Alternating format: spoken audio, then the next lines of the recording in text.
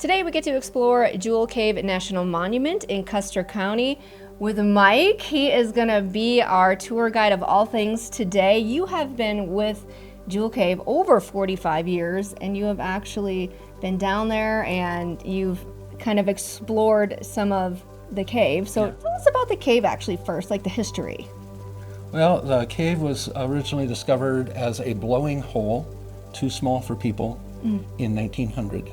Okay. It might have been known before then, but that's when Frank and Albert Michaud blasted it open. Okay. And they and a friend of theirs, Charles Bush, were the first people to go into Jewel Cave.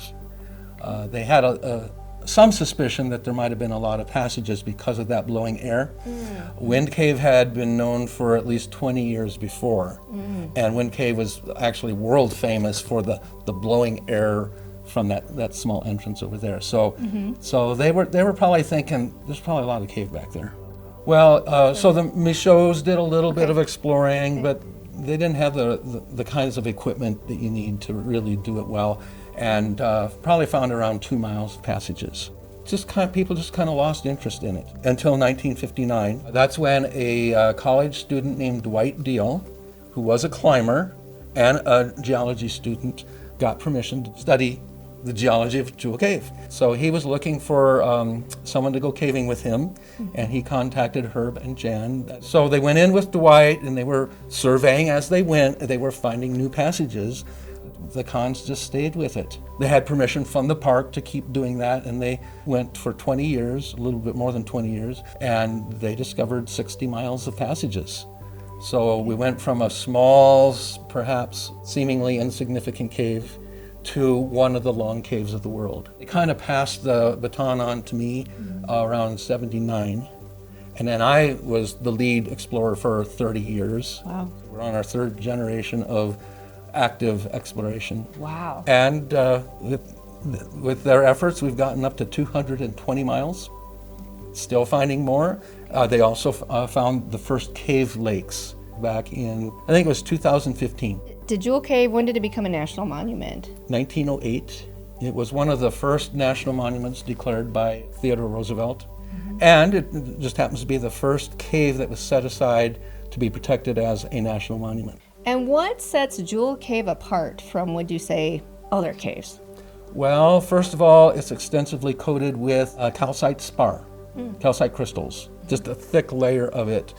And those are the jewels of Jewel Cave. The next thing that's really important a few caves have is a barometric wind. Strong wind that blows out when the pressure outside is falling, blows in when the pressure is rising. And when you have that kind of response, the amount of air flowing is going to be proportional to the pressure change, but also to the total volume, including the part we haven't found yet. Wow. So that gives us a way to estimate that we've only discovered 3% of that total volume. Wow. There's a lot more to be discovered, regardless of any exact number. We know we're in the right place because of that wind to just keep exploring and finding more passages. Like when people visit here, what do they need to know? Well, it's about 13 miles from Custer. Like, what should people expect when they come here? So it's like, I come here, I pay a fee. How long is the tour? Do I bring a coat? Well, yeah, it's best to make reservations for the tour online. We do keep a few tours open for walk-ins, but those fill up pretty quickly too. And it is spacious, so it's not tight. We have a 20-foot drapery. We've got the formation room with lots of stalactites and stalagmites, which are not typical in this cave. That's a scenic tour. And you said it's about a little over an hour? It's about an hour and 20 minutes. Okay. 738 stairs. So a few steps in there. And most of them, well, I think about 2/3 of them are down and 1/3 are up. If you're exploring and you're going to the edge of the cave, you can find places where no one's ever been before. It's expanded way beyond simply finding new passages. But that's probably the biggest part that draws cavers in, Sure. is finding some place where no one's been before.